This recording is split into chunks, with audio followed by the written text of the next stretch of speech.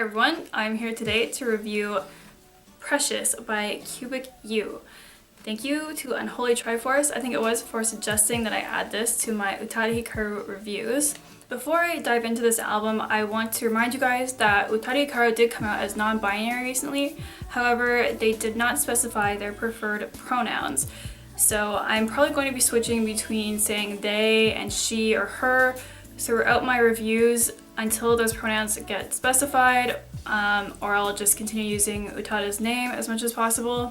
If it was really offensive to Utada to be called she or her, then they wouldn't have referred to themselves as a woman in the recent Shiseido promo videos, and I would think that Utada would have updated us with what pronouns that they preferred if it was super important. That being said, while I'm up here on my high horse, I wanted to also just throw it out there that I don't think it's anyone's business to correct the language of others when it comes to other people's pronouns when they haven't been specified. I've been seeing some people correcting other people to say they, them, when they've been saying she, her, and not every non-binary person goes by they, them. It's up to each person to choose, so yeah, that's my 2 cents and my disclaimer. I hope I don't have to say that at the beginning of each of these reviews, because starting with Cubic U's Precious, I am planning on reviewing Utada's next 3 albums after this, which I have yet to review on my channel. So I'll probably just keep this disclaimer for this first review and then hope it'll stand for the next few videos. So yeah, here's the album. Thank you very much to my good friend LV for sending me this album. I believe she got it at a book off. If not, then probably on eBay or something. This album is a little bit difficult to come by. I believe it did get a limited press, so it's obviously no longer in print. So if you didn't know, this album by Utada Hikaru and their parents, which is where the name Cubic U comes from, the 3 Utadas, produced this album when Utada was just 13 years old and it came out when they were 14 years old. So this, even I would say a lot of casual Utada fans have never heard of this album, but it's a really well put together, professionally produced album, and I think it's definitely worth checking out if you're a Utada fan and you've never heard it. Unfortunately, it's not available on streaming services as far as I know, but there is a bootleg of it on YouTube if you can't find the CD anywhere. So I decided not to talk about each track individually from this album. I am going to talk about just a few that kind of stand out because for the most part, this album is very similar. They are mainly slow jams with a very heavy late 90s R&B influence. As you guys know, Utada was a big fan of Aaliyah, and these songs sound really fitting from that time period. These songs would fit perfectly into one of Brandy's albums from that time period, or even Monica. They're very similar. For the most part, the lyrics are nothing out of the ordinary. As I said, it's fully in English. However, looking at it from the point of view of a 13 and 14-year-old writing them, that in itself is really impressive. And even though the album is similar throughout, I still really enjoy it.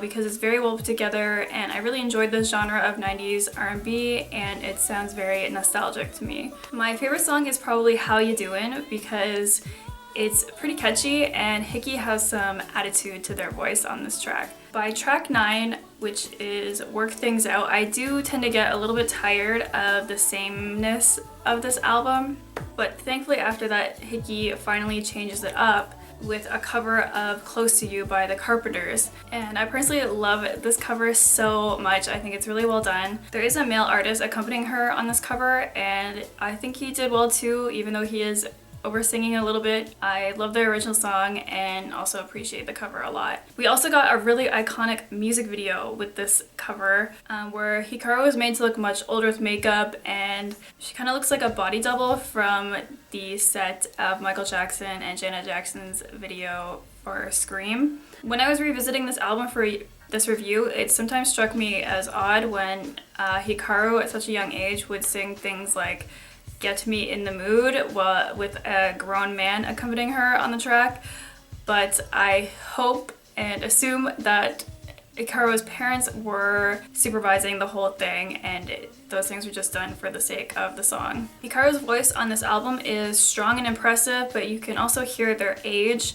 It's not as developed as what we hear today, but we did get a hint of Hikaru's signature forced vibrato just starting out on this album as well. Overall, I do really like this album, even if it gets a bit tedious before the end.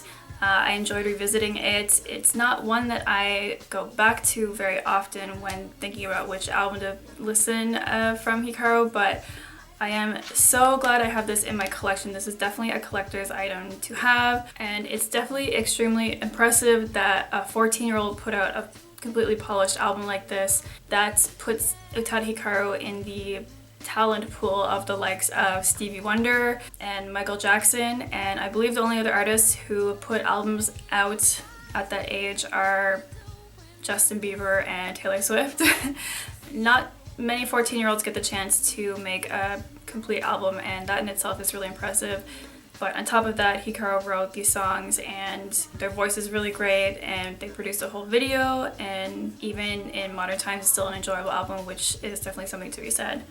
So here's the track listing on the back, and my case is actually broken, but I will show it to you the best I can. And this came out under EMI. The booklet definitely has a lot of NYC branding to it.